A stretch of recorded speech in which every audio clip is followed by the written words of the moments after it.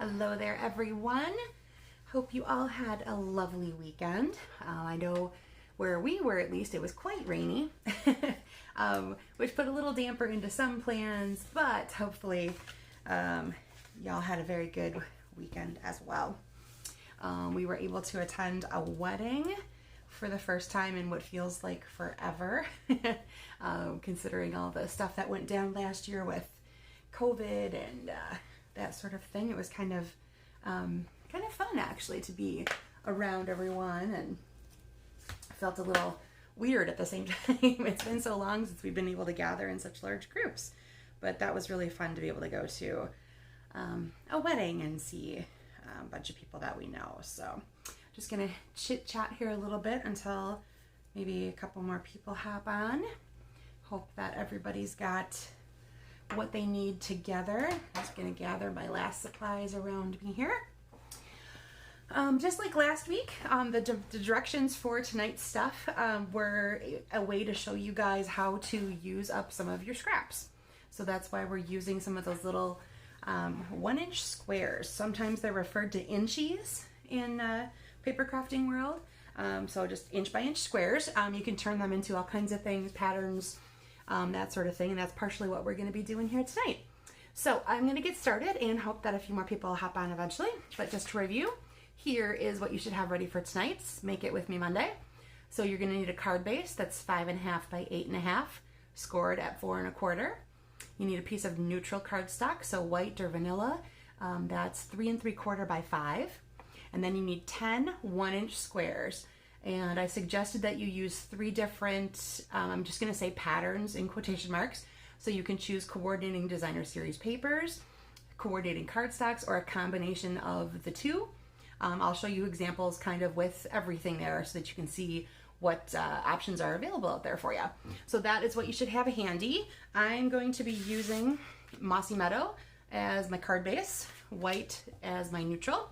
And again, as I was talking about, we're using up scraps with what we're doing tonight, just like we did last week with our little skinny strips of paper. We're going to use 1 inches tonight to use up some of our other ones. I believe, unfortunately, most of the DSPs I picked for tonight are already sold out of the January to June mini catalog. But if you're like me, you have a bunch of scraps of whatever laying around. So this is what I use. So my samples tonight for on camera are going to come from the Dandy Garden 6x6 DSP, which is in the January to June 2021 mini catalog, but I believe it is already sold out. One of my samples has True Love, which I think last I checked was still available, so hopefully that is still the case. All right, as we go through, you can decide if regular adhesive is your go-to or if you want to be using liquid glue. I'm actually thought I had it in front of me. Go grab it here. Sometimes working with these small little things, it's hard to get your fingers around stuff. Liquid glue can also be a little bit more forgiving when you're moving things around. So I'm gonna start out with my liquid glue for my inch squares. All right, so set your card base aside. We don't need it quite yet. And we are gonna make our card portrait. I'll also show you a version where you can do landscape. We're gonna start with portrait. Okay, so I have 3 squares that are bumblebee. And I have 3 squares of that green leafy pattern. Again, from the DSP. Hi, Karen. Oh, I'm so excited to see you live tonight. That's awesome. Hope you guys have some decent weather going on down there in Florida. And then 3 more that are like this. So I said 10 you may or may not use all 10 as we go through, and we'll see how we're doing with this. So you're gonna start with 1 square, just pick one, doesn't really matter which one, and do your adhesive on the back. And like I said, I'm gonna work with glue tonight because it's a little bit faster. Now I wanna make sure that I am basically centered. You can get kind of near the top, and the placement of your first one is going to offset everything else from this point. For these guys, I started up kind of high. I'll show you a couple samples too where I've changed where the starting position was, and it kind of changes the way that it ends up when you look at it. Okay, then you're gonna go ahead and build around this. Now I'm gonna take one of my other pieces. I believe, let's take this one here. And we're gonna go, Come on. There we go. This one I'm going to make kind of random as far as placement. I'm going to leave a little bit of room in between. Okay, so there again. This is where our starting base is going to be. I'm going to take the next one and go. You're going to leave just a little bit of a border. As you can see, you're going to have just a little bit of that white space showing in between. I'll bring it up a little bit in between each of these squares. So look over the patterns that tonight. Hi, Ruth. I'm glad to see you live too. So look at your patterns. See how you might want to lay them out. Go ahead and take your time on studying how and where you want these things to go. I'm going to go pretty much just with randomness. I'm not going to be too concerned about how matchy-matchy it is or making a pattern, and see what I like when I come out. Now remember, near the end of this, you're going to have parts that hang over. We will trim those off as we go into, let's see, I think I want more of the purple to show there. So once we're all done and it's attached, we'll go around and trim off the extra parts, okay? You'll see here too, you're gonna end up with a little bit of a divot. We're gonna cut one of our squares to fit into each of one of those little spots that's gonna be happening on the end there. Okay, let's see, grab another one of these guys and bring a little bit more of that coral in there. And this is, like I said, this is what I like about working with the liquid glue. It gives me just a little bit of a sliding maneuver, so to speak, with that. That gives me a little bit of adjustment as I set it down in case it's not quite right. I can just sort of slide it into place. There we go. All right, so I'm using another one of those. So again, here's my 3 different squares. So I've got the greens, I've got the bumblebees, and I've got the dandelions. And like I said, I'm just kind of randomly going around. I'll show you in some of my samples later. I was very particular about keeping a pattern going, and you can see how that might work with what you've got too. Okay, so there is the basic squares. Now, when you're gonna go ahead and fill in those middle parts, I would recommend doing a little adhesive direct to there so that the back of this doesn't get too sticky, okay? So I'm gonna set that there for a second, let it adhere a little bit. And then, like I said, when you flip it over, you're gonna trim these parts off. Now hold on to that bigger piece that fell off of the other side, because we are going to put it on the opposite corner. Or side, I guess it's not really a corner. Okay.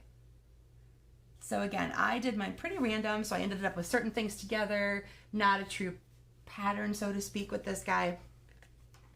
And again, I'll show you a few later where I was definitely more meticulous about my pattern. Okay, so that is the basic concept here. You've used your 1-inch squares. Another good way to use up scraps, just like we did last week with our little strips. I'm sure you, like me, have all kinds of little schnibbles and bits, which almost sounds like that dog food, kibbles and bits, doesn't it? Schnibbles and bits and pieces. Hi, Michelle, good to see you tonight. Of scraps laying around. So again, this is a great way to use them up, using these little inchies, as we sometimes like to call them. Okay, I also asked you guys to have a phrase or verbiage or images or something like that, depending on what you want to do. I am going to take a phrase from Dragonfly Garden, and this is the one that has the matching punch with the dragonflies, both a big one and a little one. And this is carrying over to the big catalog, but the matching DSP is not. So this was the matching DSP from that particular one in this catalog. Okay, now the verse, as far as it goes for you, you can choose where you can see you have this big white space down here. So depending on what you have for a phrase, how big it is, you could go to the middle, you can go to one of the sides, whatever you like to do. All right, I think I'm gonna center mine on this one, and mine says, "May good things grow all year long," which is kind of a fun thing to do as we're looking through. I'm going to bring this down a little bit, and again, I'm going to apologize if my head gets in the way, because I need to kind of look over what I'm doing. Make sure I have it facing the right direction. There we go. Okay, so my phrase is centered. Again, you can do, we'll call it cook's choice, right? Depending on how long yours is or whatever, feel free to add. If you have a tiny image or a little verse with a couple tiny images that would coordinate nicely with what you have going on up here, that's great too. go ahead and use those. All right, I'm gonna set this aside for a second. Anybody shoot me like a little thumbs up or something like that if you're kind of caught up to where I am, if you are stamping actually along with me. I don't want anybody to get too far behind. Although this is a pretty easy one to follow, even if you just get the pattern started, you should be able to fill that in pretty quick. Okay, so you're gonna have your card base scored. If you have a dark piece of cardstock like you have mine, you probably want a piece of neutral for the inside. Okay, great. Looks like a couple of you are stamping with me and are right with me. Perfect. So you can do a neutral layer for the inside for you to stamp on. So you're just going to take this and adhere it to the front of your cardstock. You can do it the flat way, of course, or add dimensionals. For my base design here on camera, I've kept everything single layered, basically. No pop-ups, no dimensionals, no extra layers. This is super quick and simple. Oh, Karen, I can't wait to see what yours is going to look like. I have a sample of that too with my True Love DSP that's all black and white, and I'll show you that in a little bit. But yeah, I love black and white combos. They're just so cool. Okay, so there you go. This is, like I said, a super great way to use up your scraps. You're going to have, and again, I use the inchies only because you can do several different ones across based on what layer we have going here. You can create patterns though with any size of a square. So if you've got 1.5 inches, you've got 2 inches, whatever you need to do, you know, use up for what you've got based on what you have. Cardstock, DSP, all kinds of great stuff you can do with this. And it fills in a nice big chunk of white space, but it has interest because of all those patterns you'll have in your DSP. And again, use a phrase, images, whatever you need to fill in that space down there with something that coordinates. All right, so I'm going to show you my stepped up version of that that I did right, whoops, losing my cap of my scissors before I stab myself. Okay, so what I did, I'll bring it up to the camera in just a second. I'm going to explain the differences here. I added a layer behind the white. There's a very small layer of black cardstock. I moved my sample, or my phrase, I should say, over here. I stamped my, or I should say I punched the large dragonfly out of vellum, the small dragonfly out of bumblebee, and put those together and put them on one of the bumblebee squares. The bumblebee squares I sent through an embossing folder, Meadow Expressions, I believe, through one of the embossing folders to give it a little texture.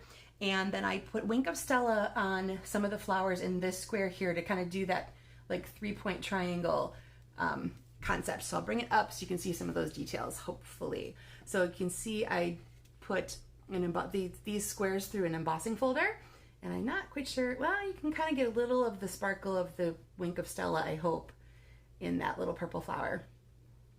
And then, like I said, these guys are stacked up on a dimensional. This whole layer was put up on a dimensional, and as you can see, there's a tiny black border, which I think just pops that layer off the dark pretty nicely.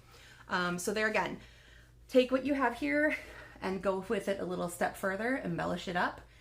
This helps sometimes with, depending on if you're going to send them through the mail or whatever. That's why I like to show you guys a really nice, simple, pretty, but very flat and basic card to send. It's a good one to send through the mail.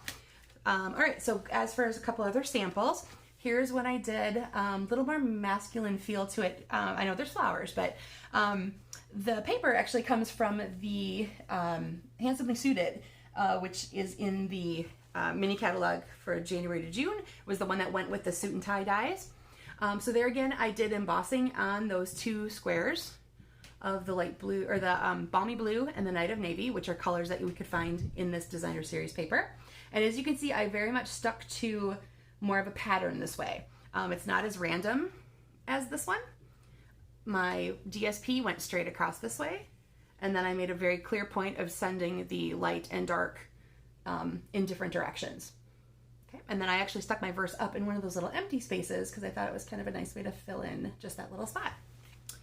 Alrighty, and then I have this sample from Snailed It. So this is Bermuda Bay. And then the DSP for the Snailed It has these little red with pink hearts on it, a couple of those little snail images, and these are kind of supposed to be swirly snail trails, so to speak. And then You Snailed It. So I took some of that DSP that I had left over, some really cute, cutesy patterns in there. And this would be I could also do a kid's birthday card or something like that with this as well, because these very cartoony little images would fit the younger crowd, or if you have a snail lover in your life. Now I'm going to show you my two layouts here. These are the ones I was just talking about, Karen. This is my DSP, the True Love.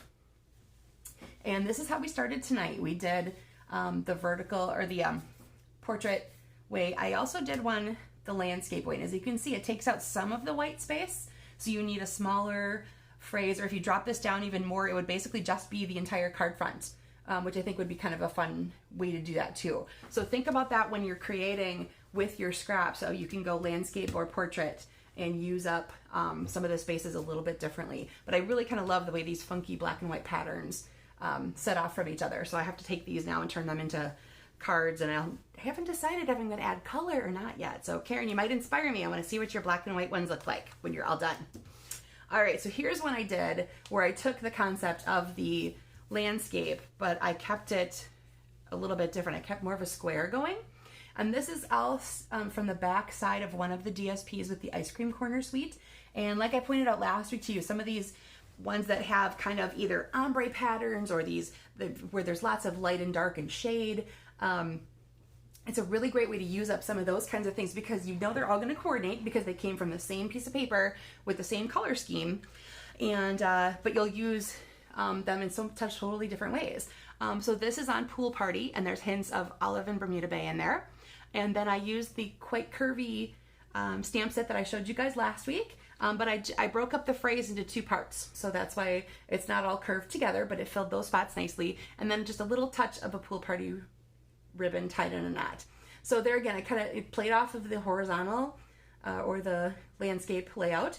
And again, you could take that and even extend it more if you wanted to. I just kept mine to a very simple square.